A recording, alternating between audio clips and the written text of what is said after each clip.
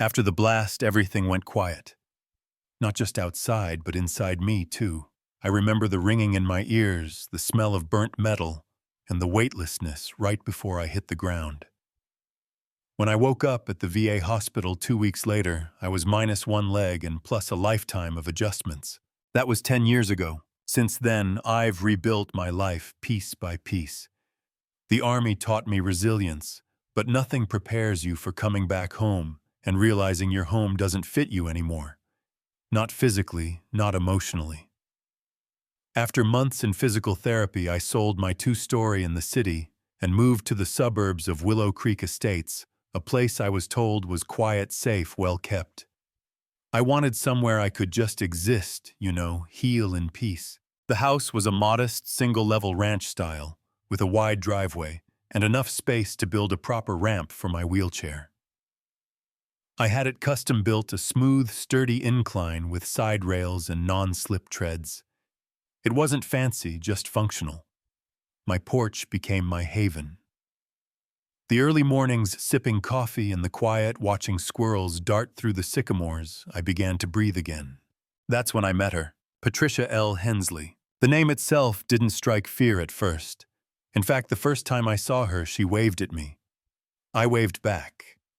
She lived 2 doors down in a big colonial with trimmed hedges shaped like teacups.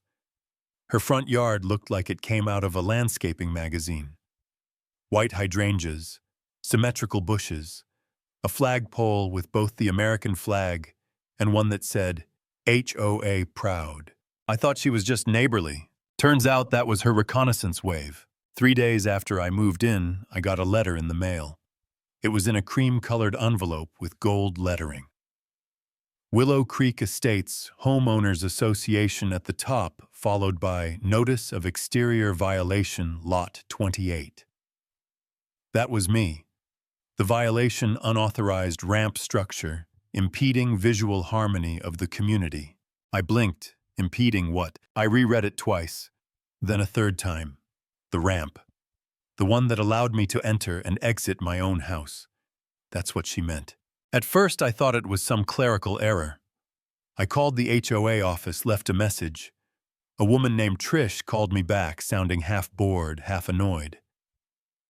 Mr. Carter, she said flatly, the board has received complaints that your ramp was built without prior approval.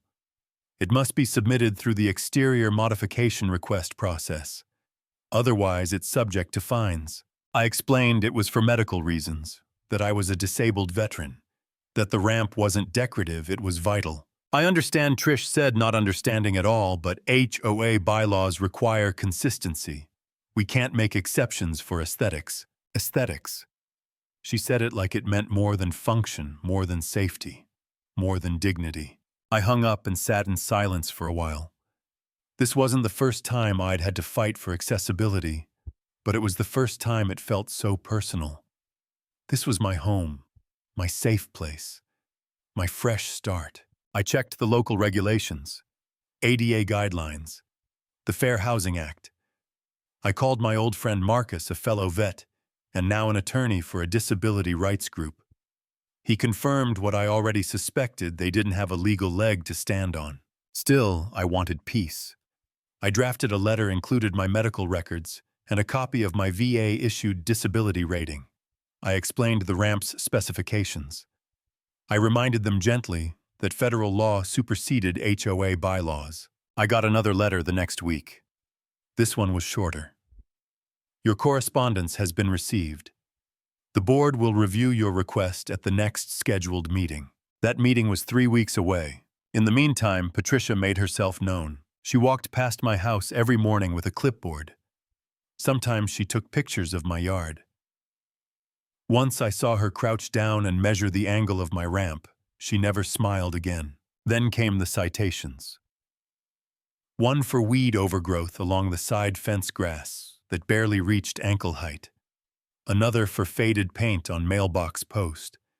And then bizarrely one for improper flag display, because my Army flag was on a shorter pole than my US flag. I started documenting everything: dates, times, photos, videos. I wasn't looking for a war, but if one came to my porch, I'd be ready. 2 days before the HOA meeting, I got home from my grocery run and noticed something odd. My ramp, my only entrance, had a metal chain strung across it. It was padlocked on both sides. A note was taped to the top rail, "Use back door until approved." The back door had 3 brick steps. I couldn't get up them if my life depended on it. I sat in my car for a long time staring at the locked ramp. My hands gripped the steering wheel tighter than necessary. My heart didn't race. It slowed. A familiar stillness came over me, the kind you feel just before stepping into something irreversible. They had no idea who they were dealing with. That night, I emailed Marcus with the subject line, "They crossed the line." Inside, I attached photos of the chained ramp, the note, and my citation stack. His reply came within 10 minutes. "Game on. Let's make an example out of them." The next morning, I stared at the chain again. My body was still sore from the awkward transfer I'd had to make just to get inside the night before. I'd had to maneuver around the back of the house, roll over uneven gravel, wedge my way near the rear door, and then call my neighbor Brian, an older gentleman who'd served in Korea, to help lift me over the steps. His hands trembled from arthritis, but he helped without question. That humiliation burned hotter than the Florida sun. I called the non-emergency police line and explained what had happened.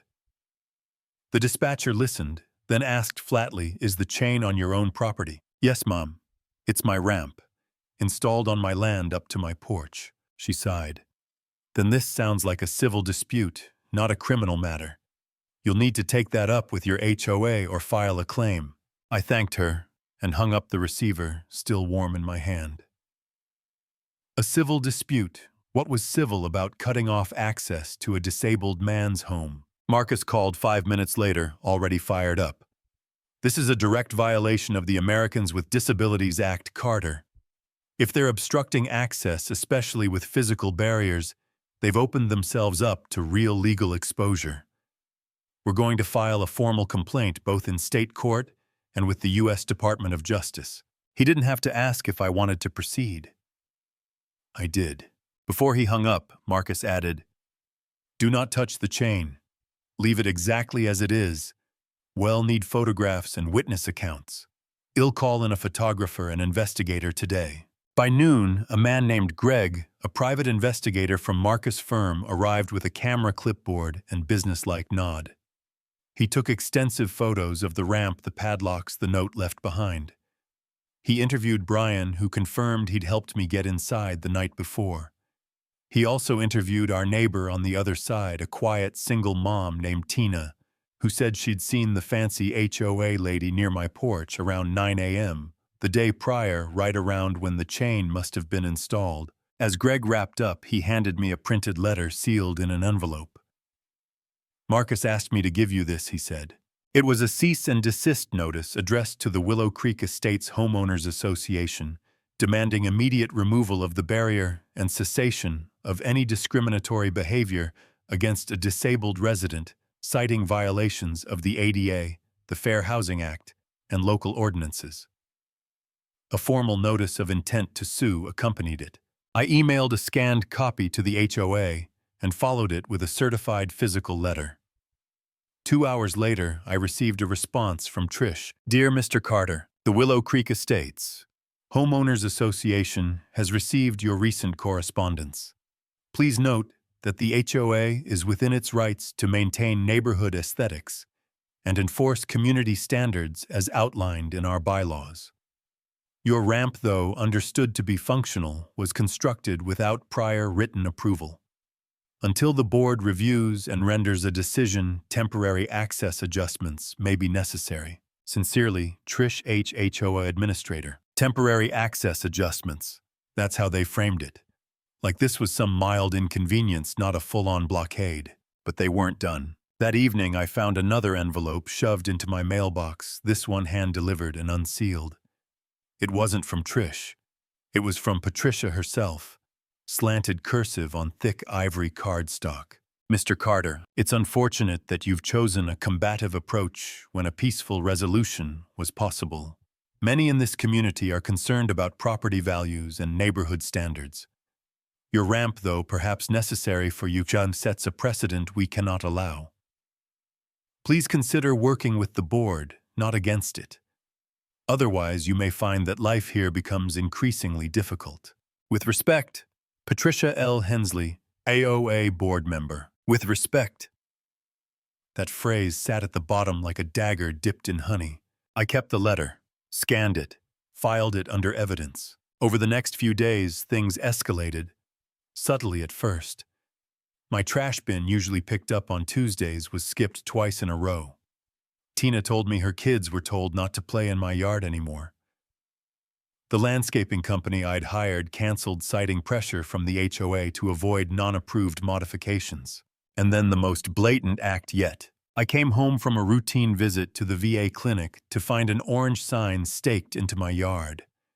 It read, "Warning, unapproved structure. Fines accruing daily. $75 per day." That's what the notice said. Effective immediately. The next morning, HOA security, a man named Will, who looked like he used to manage a yogurt shop, stood outside my ramp, arms crossed. I was instructed to ensure no one tampers with the ramp until the board votes, he told me.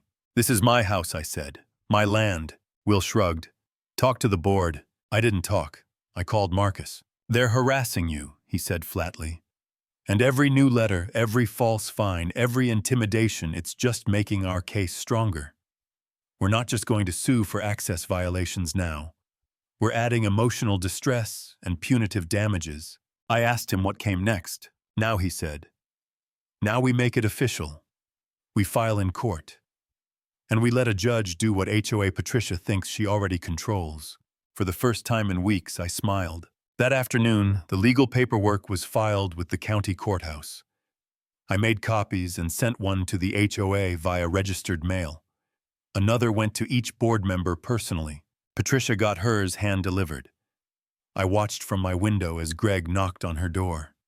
She opened it, read the envelope, and her perfectly coiffed face went stiff. She didn't say a word, just shut the door slowly. That night, the chain was removed from my ramp. But I didn't forget, and neither did Marcus. The invitation to the next HOA board meeting wasn't so much an olive branch as it was a thinly veiled trap. The flyer, printed in delicate serif font, was taped to my mailbox, clearly hand-delivered. It read, "Willow Creek Estates, HOA Monthly Board Meeting, Community Center, Tuesday, 6:00 p.m. Residents encouraged to attend and voice concerns." Voice concerns, it said, as if my life hadn't already been the central subject of whispered conversations and judgmental glances for weeks. Still, I went. I wore my best navy blue shirt, wheeled myself down the street toward the community center, and nodded to a few neighbors along the way. Most looked away quickly. A few nodded back, hesitant, like they were afraid to be seen aligning with me. Inside, the room smelled like lemon-scented floor cleaner and tension. There were about 25 folding chairs set up in rows with a long table in front, where the board sat 5 people, all in matching HOA polos, seated like royalty before the peasants. Patricia was in the center naturally. She wore a powder blue blazer and a tight smile flipping through a folder with well-rehearsed casualness. I rolled up to the front row and parked myself squarely in view. She looked up, barely met my eyes, and moved on. The meeting started with mundane items, budget discussions, shrub, height, regulations. A complaint about someone's holiday lights staying up past January. Then, after 30 minutes of what could only be described as suburban noise, Patricia cleared her throat. "We now move to item 6, she said, regarding unauthorized modifications made to Lot 28. Every head turned toward me. Patricia continued, her voice smooth and professional, like a newscaster delivering grim updates with perfect detachment. "As many of you are aware, the resident at Lot 28 constructed a ramp in front of his home without submitting the required exterior modification request form. This structure has been deemed in violation of community aesthetic standards. The board has issued appropriate notices and attempted multiple communications to resolve this." She paused for dramatic effect. However, the situation has now escalated into legal action against the HOA, which we find regrettable and unnecessary. This community has always thrived on cooperation and mutual respect. I raised my hand. Patricia hesitated. Her lips pursed. Yes, Mr. Carter. I kept my tone calm, controlled. Are you suggesting that seeking access to my own home, access I require to survive, is a violation of mutual respect? Whispers fluttered through the room like startled birds. Patricia replied without flinching. We're suggesting that there are procedures in place for a reason. No resident is above the process, regardless of circumstances. Even when that process conflicts with federal law, I asked. Patricia's jaw tensed. We are currently reviewing that matter with our legal counsel. I leaned forward. I suggest your legal counsel brush up on Title III of the Americans with Disabilities Act and the Fair Housing Amendments Act while they're at it. Murmurs rippled through the audience. One woman seated behind me whispered, "He's got a point." Patricia's cheeks flushed, but she pressed on. We're not here to debate federal statutes. We're here to discuss community values. I let the silence hang for a moment before responding. I served 20 years protecting this country's values. I was blown apart serving those values, and now I need a ramp to get into my own home without being chained out like a doe. If that threatens your garden club sensibilities, that's your burden, not mine. A man in the back actually clapped once before catching himself. Others looked away uncomfortable. The truth was cracking the veneer. Patricia's voice lost a bit of its polish. Mr. Carter, this isn't the forum for emotional appeals. Well, make our decision based on the bylaws. You already made your decision, Patricia, I said calmly. You padlocked my access, fined me for it, and tried to bury me under paperwork. But now the court will make its decision. Patricia's face hardened. If you have no further comments, well, move on. I rolled back slowly, not saying another word. I didn't need to. The shift in the room had already happened. Something in the air had changed. Even those who weren't on my side were now uneasy about hers. After the meeting adjourned, a few neighbors approached me quietly. Brian gave me a firm pat on the shoulder and muttered, "About time someone stood up to them." Tina slipped me a folded note with the names and addresses of other residents who had been harassed by the HOA for nonconformities, over the years porch furniture, window tint children's playsets. I kept that note. It would come in handy soon. Back at home, I made tea and sat on the porch, the ramp beside me unlocked for now. The stars were out. A breeze stirred the trees. I exhaled.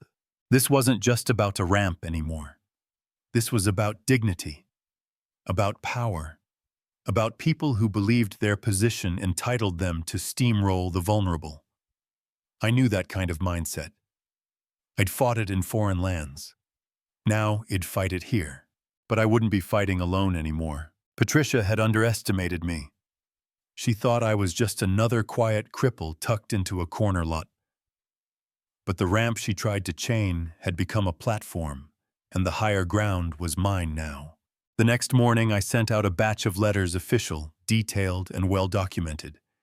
Each one was addressed to different departments: the County Commissioner's Office, the State's Department of Civil Rights, and the U.S. Department of Justice's Civil Rights Division.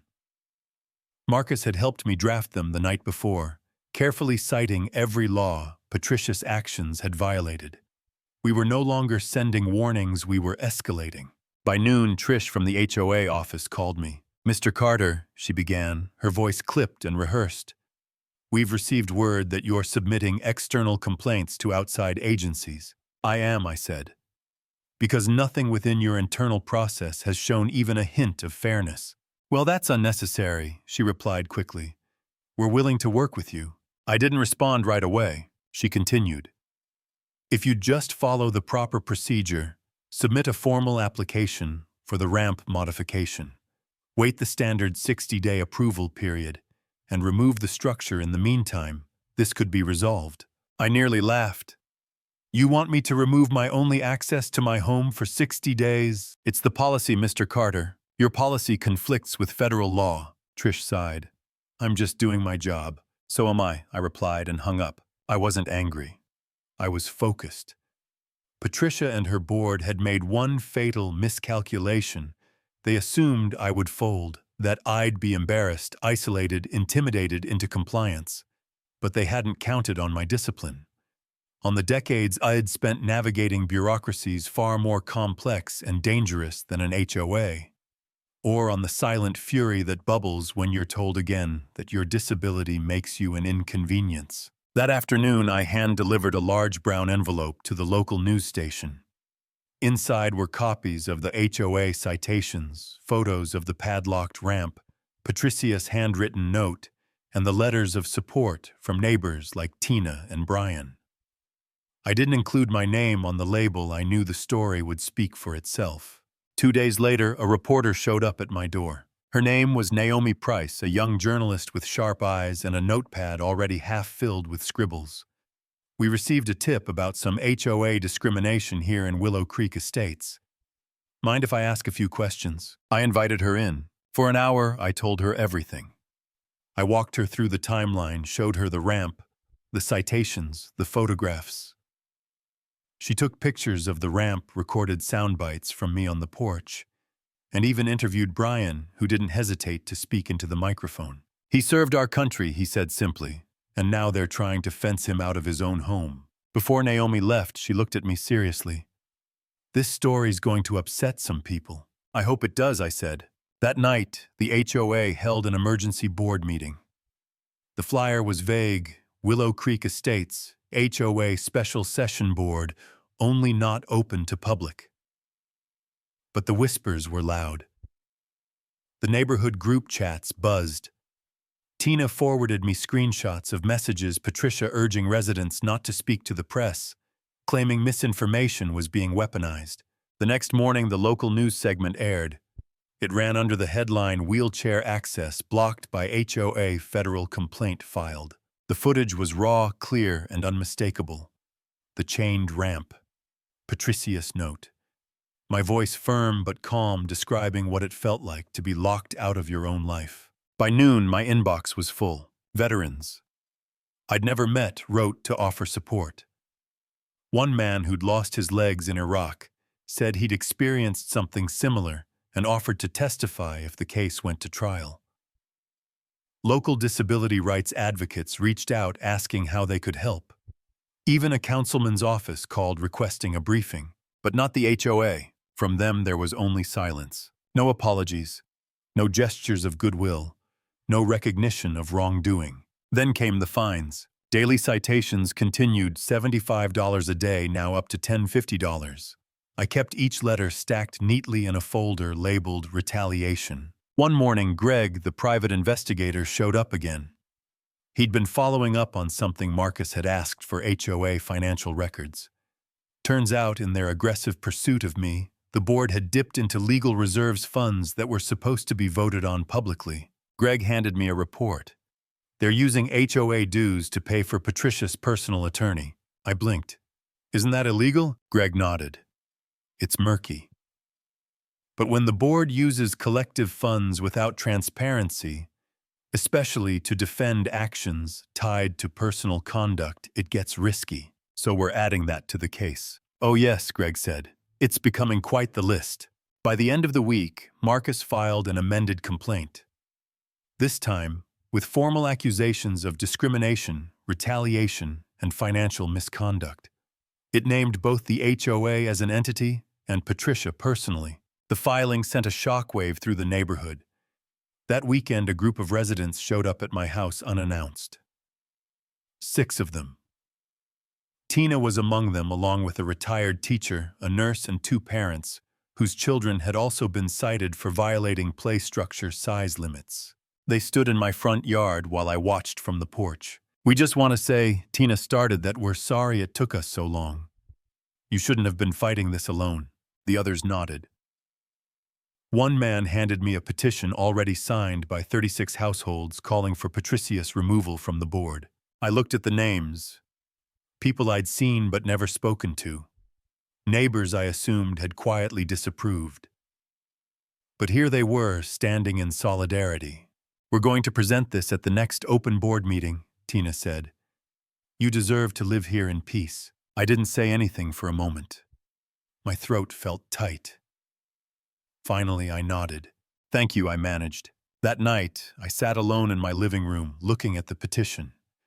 My ramp glowed under the porch light, unchained, sturdy, still standing. I remembered how I'd built it with my own hands, carefully measuring each angle to match ADA compliance. It wasn't just wood and bolts. It was freedom, and no matter how many fines they stacked or how many letters they wrote, they couldn't take that from me again. There's a moment after you've been pushed too far where something inside you snaps into clarity. Not rage, not chaos. Just focus. It's like the fog lifts and every sound, every step, every word sharpens into purpose. That moment hit me the next morning when I woke up to find my mailbox open, its contents shredded and scattered across the lawn. HOA notices, personal letters, even a VA envelope, all torn up and tossed like garbage. No animal had done that. I picked up each piece, slowly, gloved hand, steady, and placed them into a Ziploc bag. I didn't need to guess who was responsible. This wasn't just HOA policy anymore. This was personal, and it was turning vicious, but I wasn't afraid. That day I did 3 things. First, I filed a police report. It was symbolic mostly. I didn't expect action from the local station, especially since HOA complaints were often shrugged off. But the report gave me a paper trail, and that mattered. Second, I visited the county clerk's office and requested public records on Willow Creek Estates HOA's most recent meetings and financial decisions. It took some persistence, but I discovered something useful. The board had failed to document several internal votes, including the one authorizing legal funds for Patricia's personal defense.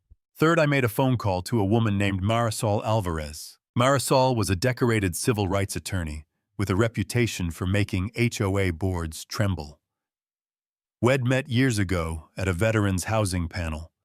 I hadn't spoken to her in nearly a decade, but when I explained my situation, she remembered me. "Carter," she said warmly, "you finally got into suburbia and found a war zone instead." "That's about right." After listening to my story, Marisol said 5 words that changed everything. "You'll take the case, pro bono." By that evening, Marisol and Marcus were on a joint call with me, outlining our next move. We would file for a temporary restraining order against Patricia and the HOA to halt all fines and stop any form of direct or indirect harassment. At the same time, they'd begin discovery on misuse of funds, disability discrimination, and intentional infliction of emotional distress. "This case," Marisol said, "is bigger than a ramp. You know that, right?" I nodded. It always was. That weekend we staged a quiet rally. Not the loud, sign-waving kind. This was Willow Creek Estates. Too many residents were afraid of retribution. So instead, I invited neighbors to stop by for coffee and conversation. I called it Ramp Day. Brian brought his wife. Tina brought cookies. The nurse down the street brought tea. One by one, people rolled up lawn chairs around my front yard and simply sat. We didn't shout. We didn't protest. We shared stories about Patricia, about the HOA's absurd restrictions, about the fear of speaking up. At one point, a woman in her 70s teared up as she talked about how the board had threatened her over her grandson's toy basketball hoop. "They made me feel like I didn't belong in my own home," she whispered. "You do," I said. "We all do." The local paper picked up the event. A small photo ran on page 3 the next day. Residents rally around veteran in HOA accessibility fight. It wasn't a big headline, but it mattered. And then came the hearing. The courtroom was modest, beige walls, buzzing lights, uncomfortable benches. But every seat was filled. I saw neighbors I barely knew, people from other neighborhoods. 2 men in wheelchairs I'd never met, both wearing shirts that read, "Access is a right." Patricia was there, of course. Polished as ever, lips tight, sitting beside her attorney, a tall man who looked annoyed to even be present. The judge was a woman in her 60s, with silver hair pulled into a bun. She read the briefs silently for a few moments, then adjusted her glasses and looked up. "I've reviewed the plaintiff's petition for a temporary restraining order," she said. "And I see sufficient cause to believe immediate harm has been done through the actions of the Willow Creek Estates HOA, particularly those taken by board member Patricia Hensley." Patricia's lawyer stood. Your Honor, we dispute these claims entirely. The ramp was constructed without proper procedure. The judge held up a hand. Sir, this isn't about paint color or landscaping violations. This is about access, safety, and possibly civil rights. She turned to me. Mr. Carter, can you confirm that this ramp is the only entryway you can access independently? Yes, Your Honor. And that it was chained obstructed, and that you received fines as a result? Yes. She looked at Patricia next. Did you or the board authorize the chaining of the ramp? Patricia hesitated. It was meant as a temporary measure. Yes or no, Ms. Hensley? Yes, she finally said. The courtroom went silent. The judge leaned back, sighed, and then gave her ruling. Effective immediately, the HOA is ordered to cease and desist all fines, correspondence, and enforcement actions against Mr. Carter. Furthermore, Ms. Hensley is barred from initiating any direct contact with the plaintiff until further notice. Patricia's mouth opened, then closed. I didn't look at her. Outside the courthouse, reporters waited. Marcus fielded the questions, explaining that this was only the first step in a much larger civil suit. I stayed quiet, but when one reporter asked what I hoped to accomplish, I said simply, I just want to be able to come home. That night, my porch light stayed on later than usual. More neighbors stopped by, dropping off notes, pies, handshakes. Someone left a card that read, "You're not alone anymore." And for the first time in a long time, I believed it. The legal silence didn't last long. 3 days after the judge issued the restraining order, I woke up to find my garden had been uprooted. Not trampled, uprooted. My rosemary bushes, meticulously grown from seed, the ones I used in every home-cooked meal, were gone. The potted ferns smashed. The wheelchair-accessible pathway of flat stepping stones. I'd spent weeks leveling dug up and replaced with gravel. There was no HOA notice, no explanation, just damage. I rolled onto the porch and sat there staring at the wreckage. It wasn't just landscaping. It was calculated. It was personal. They knew I cherished that garden. Something about it reminded me of the quiet I'd found in remote bases overseas, where survival came from simplicity and the smell of soil after rain. Tina showed up 10 minutes later, visibly upset. She'd seen a man in an HOA golf cart parked near my home around 3 a.m. An hour no one had business doing compliance checks. Shed tried to take a photo, but he drove off when she approached. All she caught was the tail end of the cart, the Willow Creek Estates logo barely visible. I called Marcus. "This is criminal," he said, voice hard. "We're past civil litigation now. This is targeted vandalism." We filed a police report and added the incident to our case documentation. Greg swept the yard and found tire treads leading from the side alley to my yard. Someone had driven right through, but the final straw came that evening. As I wheeled back inside to clean up the kitchen, I heard tires screech. I turned in time to see Patricia, yes, Patricia herself, standing at the foot of my driveway. She wasn't hiding anymore.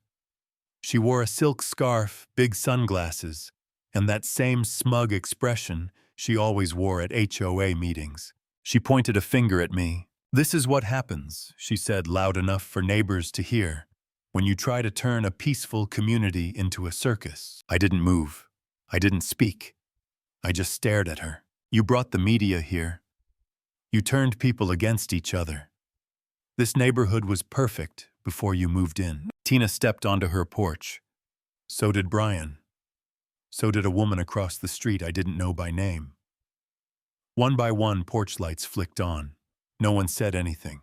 No one needed to. Patricia turned, noticed the attention, and suddenly seemed to realize just how alone she looked. She got in her car and peeled out tires spinning against the curb. The red taillights vanished into the night. It was over in 30 seconds, but everything had changed. By the next morning, at least 6 neighbors had submitted formal complaints about Patricia to the HOA board. Tina helped organize them, even volunteered to be the point of contact for a removal petition. The momentum was no longer in whispers. It was a wave. At Marcus' advice, I filed a motion to hold Patricia in contempt of court for violating the restraining order. Marisol added new claims to our civil suit: intimidation, harassment, malicious destruction of property. I don't want vengeance, I told Marcus. This isn't vengeance, he said. This is accountability. The hearing for contempt was set just 2 weeks later. Patricia showed up in a black pantsuit flanked by a different lawyer, this time less slick, more defensive. Her previous counsel had dropped her after discovering she'd authorized personal actions outside of official board business. The courtroom was even more crowded this time. Reporters lined the back wall. 2 people sat in wheelchairs near the front. My neighbors filled most of the left side. Patricia's lawyer tried to argue that she was merely expressing her opinion as a private citizen and had accidentally stopped by my property unaware of the restraining order specifics. The judge was unmoved. Ms. Hensley, she said, you knowingly approached the plaintiff's property, raised your voice, and made accusatory statements in the presence of witnesses. That's not an accidental encounter. That's a violation. Patricia stood, hands trembling slightly. I was frustrated. I never meant for this to become public. He made this a spectacle. The judge raised an eyebrow. You chained his ramp, fined him, and sent threatening letters. I'd say the spectacle started long before the media arrived. The courtroom fell silent. The judge ruled in my favor. Patricia was fined, ordered to stay 200 feet away from me and my property, and referred for investigation by the state's Civil Rights Commission. The HOA board was warned of its liability should further violations occur. As she left the courtroom, Patricia passed by me. She didn't speak. Her eyes, once so sharp, now looked dulled. She didn't look defeated, just cornered by the very system she thought she controlled. But it wasn't about her anymore. It was about everyone else who'd ever been silenced by that same smile, that same tone, that same power trip, disguised as community standards. Over the next week, the HOA board received enough petition signatures to hold a special election.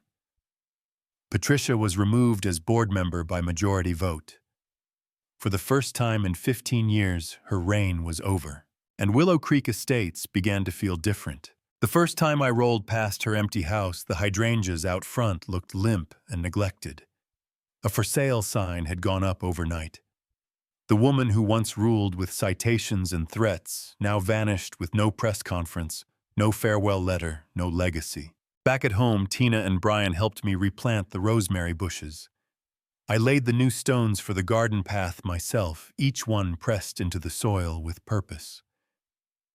Greg stopped by to drop off a box of documents and lingered for a cup of coffee. We've got enough evidence now to not just win the suit, he said, but to change how that HOA operates, permanently. I nodded. But more than that, we were changing how people saw their right to live freely, with dignity, without fear of being ruled by someone else's power trip. It wasn't revenge. It was restoration. The courthouse was different this time, not just in the number of people attending. It was packed, but in the atmosphere. There was a tension, yes, but also a kind of reverence. People whispered when they spoke, eyes shifting to me when I entered. Some nodded. A few smiled. I rolled past them dressed in my formal blues. I hadn't worn my army dress uniform since my retirement ceremony, but Marcus had insisted. You served this country, he'd said. Let them see who they tried to intimidate. Patricia was already seated at the defense table when I entered. No scarf, no blazer, just a plain gray suit that swallowed her figure. Her attorney, now the third one she'd hired, adjusted his tie nervously as I passed. I didn't acknowledge either of them. Instead, I looked to the gallery, my neighbors. Brian, Tina, the nurse from 3 doors down. Even the woman who used to glare at me for having my garbage can visible on non-pickup days. They were here. They'd come.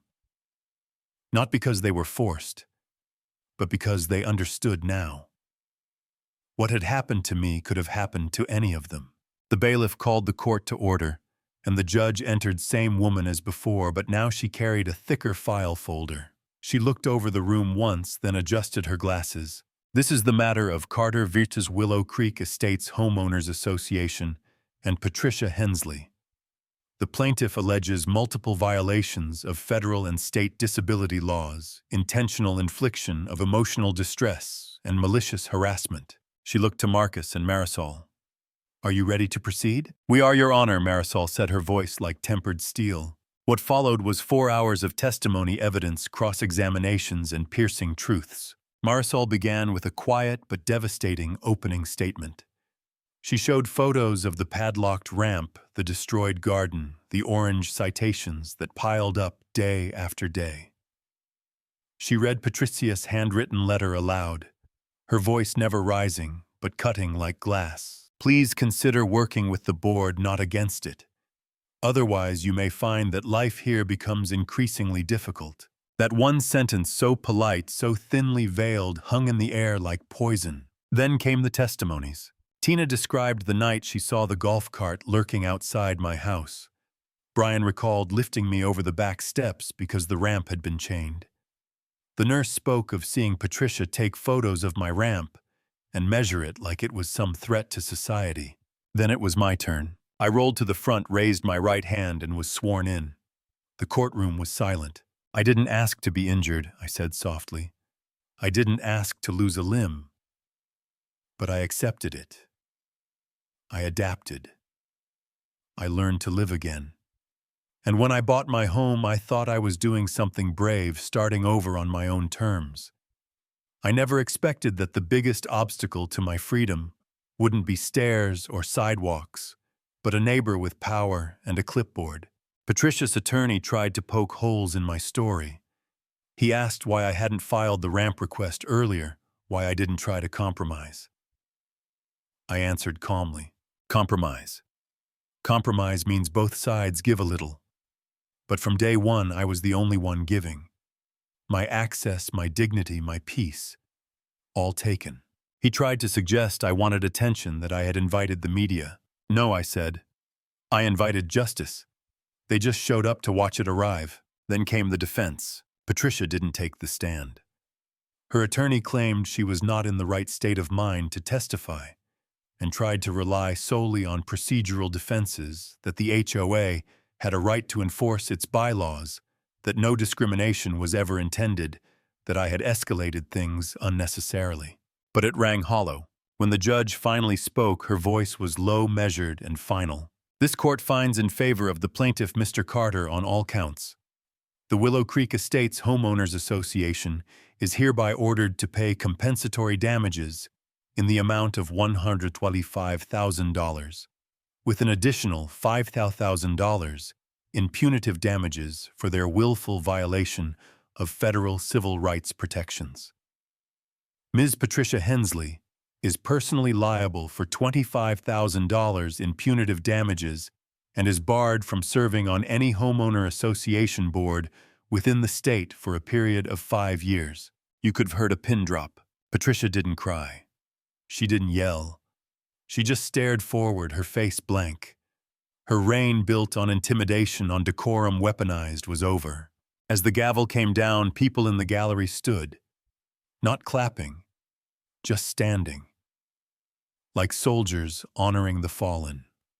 Like neighbors reclaiming something invisible they'd lost under years of fear. I wheeled out slowly, sunlight hitting my shoulders as I emerged from the building. The reporters tried to press forward, but I held up a hand. "I'm not a hero," I said.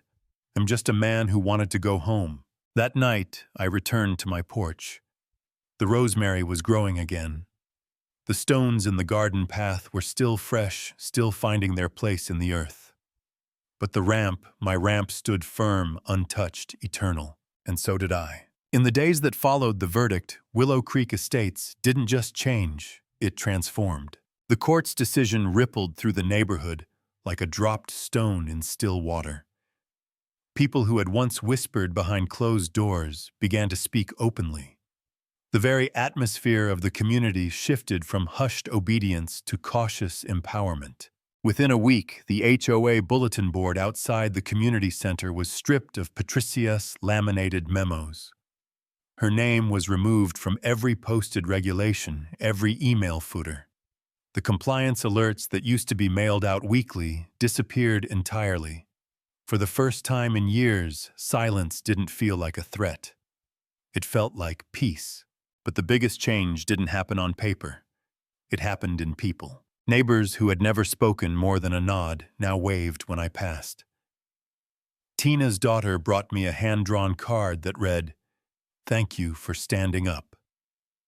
Brian mowed my front lawn while I was at a follow-up VA appointment without asking, without fanfare. The nurse 3 doors down planted tulips along her walkway, the same kind Patricia had once fined her for, because they clashed with the seasonal aesthetic. It was subtle, quiet, but unmistakable. One morning I received a letter. Not from the HOA, but from the county commissioner's office. It was addressed to me personally with the county seal embossed at the top. "Mr. Carter, in light of your recent legal victory and your service to both our nation and our local community, the County Commission would like to recognize your courage and advocacy. You've sparked an important conversation about accessibility, dignity, and the misuse of authority in our neighborhoods. We'd like to formally invite you to join the Community Accessibility Task Force as an advisor should you be willing." Commissioner Angela Royce. I held the letter for a long moment. Then I placed it beside the folded American flag that had once draped across the lap in my hospital bed. One was a symbol of sacrifice, the other of survival, and now maybe even hope. Later that same afternoon, a white SUV pulled up in front of Patricia's house. A moving crew emerged. Quiet, efficient, professional. No neighbors lined the street. There were no confrontations, just the quiet sound of tape cardboard and fading power. I watched from my porch as they loaded framed paintings, expensive garden sculptures, and a tall mirror that had once faced the foyer, where Patricia had likely checked her appearance before every board meeting. She didn't appear until the very end. She wore jeans and a plain t-shirt, no scarf, no blazer, no pearls. Her face was drained of defiance. As she locked the door one final time, she looked up at my porch as if expecting a glare, or a smirk, or maybe even a parting shot. But I gave her nothing, not out of pity, but because she no longer had power here. She got into the SUV and pulled away. The taillights flickered, and just like that, she was gone. Not just from the HOA, but from the shadow shed cast across so many porches. That evening, the HOA board held its first public meeting since the ruling. This time it was held outdoors, at the small park near the entrance to the neighborhood. Lawn chairs replaced folding chairs. Lemonade and cookies sat on a table nearby. People showed up with their dogs, with their kids, with their voices. I didn't plan to attend, but Tina knocked on my door and handed me a folding chair with a smile. "You helped start this," she said. "You should see what you created." So I rolled down the street and took my place under the trees. The new board president, an accountant named Russell, with a permanent sunburn and a sincere smile, opened the meeting with a moment of acknowledgement. "We want to thank Mr. Carter for reminding us that policies are never more important than people. That the measure of a neighborhood isn't how perfect it looks, but how fairly it treats its residents." Applause followed. I felt my throat tighten again, that familiar swell of emotion just under the surface. I nodded, humbled, and remained quiet. After the meeting, several residents approached with ideas making the park wheelchair accessible, establishing a community complaint ombudsperson, revising the HOA bylaws to include an accessibility and inclusion clause. Real change, real ownership. That night, I sat on the edge of my porch with a cup of tea. The air was cool, the sky clear, the ramp beside me catching the glow of the porch light like polished oak. I thought about the months I'd spent in this battle, the nights filled with doubt, the days fueled by quiet anger. And I thought about the victory. Not the financial one, though, that would pay for a few overdue upgrades to the house. Not the legal one, though it sent a message far beyond Willow Creek Estates. No, the real victory was that I had reclaimed my space, my voice, my right to belong. The ramp wasn't just access anymore. It was a symbol of defiance, of justice, of healing. And somewhere out there I knew another veteran or another elderly resident might be watching my story unfold in their local paper or on the evening news and realize they weren't alone either. They could push back, they could fight, and maybe, just maybe, they could win. The house stood empty for a full week before the real estate signs went up. No open house, no flyers. Just a discreet for sale by owner. Placard staked near the edge of the pristine lawn Patricia had once policed like sacred ground. Word spread quickly. Patricia had left the state. Rumor said she moved in with her sister down in Georgia. Others whispered that she'd been quietly removed from 3 other HOA advisory panels in surrounding counties. Whether that was true or not didn't matter much to me anymore. She was gone. And with her, the atmosphere of fear that had gripped our neighborhood had dissolved like morning fog in sunlight. But her absence wasn't met with celebration. No parties, no crowing. Just a quiet collective exhale and healing. In the weeks that followed, something subtle but extraordinary began to unfold. The mailbox that had once been my personal battlefield, smashed, raided, and vandalized, was repainted by a group of teenagers from down the street. They didn't say anything. Just showed up with a can of matte black paint and a stencil of an eagle. When I opened the door to thank them, they just smiled and kept working. One afternoon, I noticed a ramp being built 2 streets over. I wheeled by curious and saw an elderly couple supervising the installation. The husband turned when he saw me and raised his hand in a wave. Learned from the best, he said. Even the HOA newsletter had changed. It used to be a humorless 4-page tirade about shrub height gutter cleaning and visual uniformity. Now it included community photos, a section for birthdays, and most surprising of all, a short op-ed titled, "What We Owe Our Neighbors." It was written anonymously, but I had a good guess who had helped edit it, Russell, the new board president. I was no longer Mr. Carter Lot 28. Now I was Eli. It was strange to hear my first name spoken again. For so long it'd been reduced to titles veteran, plaintiff, victim. But something about hearing Eli at the grocery store or walking the path at the neighborhood pond brought me back to earth. It reminded me I was more than what had been taken from me. I was still me. Marisol visited one weekend fresh off a speaking engagement at a law school. She brought with her a thick envelope, one final legal form to sign, confirming the transfer of punitive damages from Patricia's escrow account. "This is yours," she said, sliding it across my kitchen table. A judge's signature away from being closed. I signed it. "Have you decided what you'll do with it?" she asked. I nodded. "I'm starting a nonprofit," I told her. "A small one. Just local.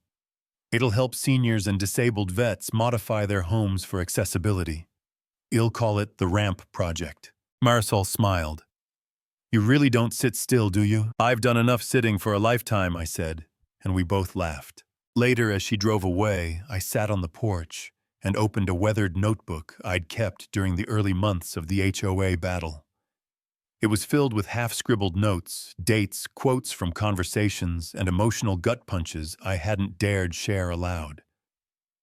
On the last page in my own handwriting, I'd once written, "They think silence means surrender. But silence is just waiting for the right moment to rise." I closed the book and placed it back on the shelf. A few days later, a family moved into Patricia's old house. They were young mid-30s with 2 kids and a golden retriever that barked at butterflies. The father waved to me while unloading boxes. The mother brought over a plate of brownies. When I welcomed them, she smiled and said, "We heard about everything. You're kind of a legend around here." I laughed. "Don't believe the headlines. I'm just your neighbor," as I helped them move a desk inside because, yes, I still helped where I could. They told me they'd chosen Willow Creek Estates because of its sense of community. I didn't correct them. They weren't wrong. Not anymore. By the end of that week, my ramp had been cleaned, reinforced, and fitted with solar-powered guide lights, installed by a group of Eagle Scouts who had read about my case online and wanted to help. At night, those tiny lights glowed like a runway path, guiding me home, guiding others forward. And I knew then in a way I hadn't before that the war was over. Not just with Patricia, Not just with the HOA, but with the quiet voice in my head that had for so long questioned whether I belonged. I did. I still do. And as long as I'm here, so will anyone who needs to know they're not alone. Spring came earlier than usual that year. The air in Willow Creek Estates smelled less like over-manicured lawns and more like real earth, like mulch and new growth, and something finally free to breathe.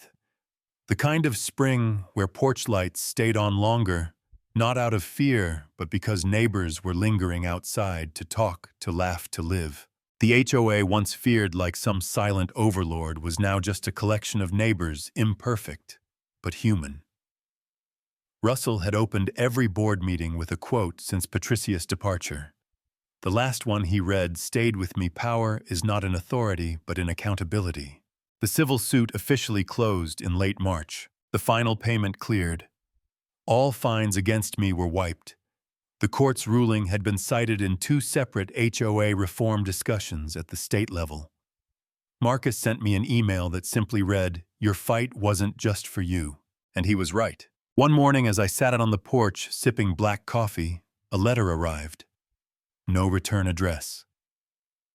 Inside was a single sheet of paper, handwritten in tight cursive. "Mr. Carter, I've had a lot of time to reflect. I don't expect forgiveness. I don't deserve it. But I want you to know I've stepped down from every position I held. I've started therapy. I've also made a donation to the ramp project. What I did to you was wrong. Not just by law, but by decency. You were the neighbor I should have been. Patricia L. Hensley." I read it twice, then folded it carefully and placed it in the drawer where I keep things that matter. Not trophies, not proof of victory, but moments of growth. A few days later, the ramp project officially launched. We held the event at the community center, same place where Patricia once tried to shame me into silence. But this time the room looked different. Kids drew chalk ramps on the sidewalk. A local band played blues under the gazebo. A big sign hung overhead: "Access is freedom. Dignity is non-negotiable." People came from all over, other neighborhoods, other towns, even a few from out of state. One young man approached me in tears. He'd served in Afghanistan, lost both legs to an IED. He told me he'd seen my story online from his hospital bed and had finally felt possible again. "You didn't just win," he said. "You showed us we're allowed to live." The words stuck. Later that night, I stood outside the center alone, watching the last few guests leave. The lights twinkled over the tables and laughter echoed in the distance. I wheeled myself back toward home along the now smooth sidewalk that HOA funds had finally been used to improve. As I reached my porch, I paused. The ramp glowed softly under its solar lights. It wasn't just wood and rails anymore. It was a monument to resistance, to restoration, to the quiet kind of courage that doesn't always shout but never backs down. I sat there for a while, looking out at the quiet street, the homes that no longer watched with suspicion but with familiarity, with kindness.